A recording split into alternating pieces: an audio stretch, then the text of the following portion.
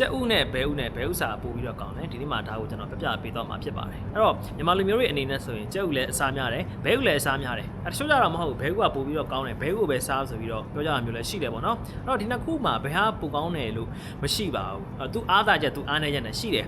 အဲ့တော့ကြက်ဥမှာဆိုလို့ရှိရင်သူကဘာကြီးပါဝင်လဲဆိုကြက်ဥမှာတော့ထုံးစံတိုင်းပဲကျွန်တော်ရင်ပြောနေကြအတိုင်းပဲ protein ပါဝင်တယ်ပြီးလို့ရှိရင်ဒီ protein ကနေတစ်ဆင့်เนาะကျွန်တော်က calorie ရတယ်စွမ်းရည်ရတယ်ပေါ့နော်ပြီးလို့ရှိရင်အဆီဓာတ်တွေလည်းပါဝင်တယ်ပြီးလို့ရှိရင်ဗီတာမင်တွေသတ္ထုဓာတ်တွေလည်း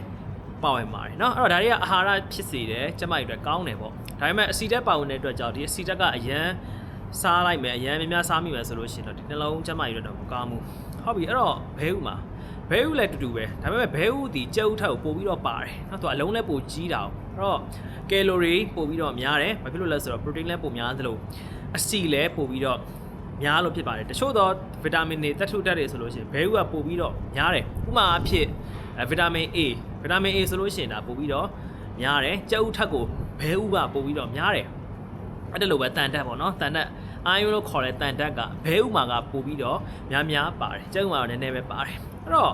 ဘယ်ဟာကပိုကောင်းနေရလို့တော့မရှိဘူးပေါ့နော်အဲ့တော့တကယ်လို့ကိုကတန်တက်ကိုပို့ပြီးတော့လိုချင်တယ်ဗီတာမင် A ပို့ပြီးတော့လိုချင်တယ်ဥပမာမျက်စိအားကောင်းချင်တယ်ဒါဆိုလို့ရှိရင်ဘဲဥကိုစားအဲ့တော့ကိုကလေ့ကျင့်ခန်းလုပ်နေတယ်ခဏကိုကပိတ်နေကိုလေ့ကျင့်တက်ချင်တယ်ဆိုရင်ဘဲဥကိုစား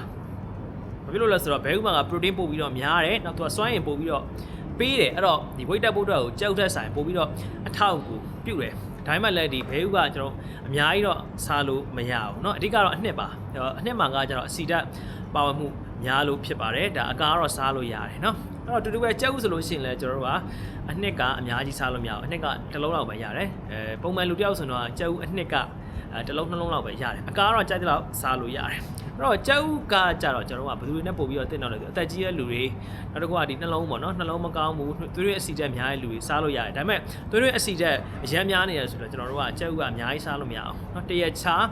တစ်လုံးလောက်ပဲစားပေးတင်တယ်ပေါ့နော်အဲ့တော့ဒါကတော့အတိအကျသိကျင်တယ်ဆိုရင်ကိုဆရာအောင်နဲ့တိုင်ပေးရမယ်သူတွေပါလေစစ်ကြည့်ရမယ်ဘယ်လောက်ထိကိုယ့်ရဲ့ယောဂအခြေအနေဆိုလဲဒါတွေတိုင်ပေးပြီးတော့ဘယ်လောက်စားမယ်ဆိုတာကိုတွက်ချက်မှာဖြစ်ပါတယ်เนาะအဲ့တော့ဗီဒီယိုဖိုင်လေးကအကျိုးရှိမယ်လို့ထင်ပါတယ်တော့ဘယ်ဟာကိုပို့ပြီးတော့စားရမယ်လို့မရှိပါဘူးကိုကဘာအတွက်လိုချင်တာလဲပုံမတည်ပြီးတော့ဒါစားတဲ့ပုံနဲ့ပွဲသွားမှာဖြစ်ပါတယ်အားလုံးကိုကျေးဇူးတင်ပါတယ်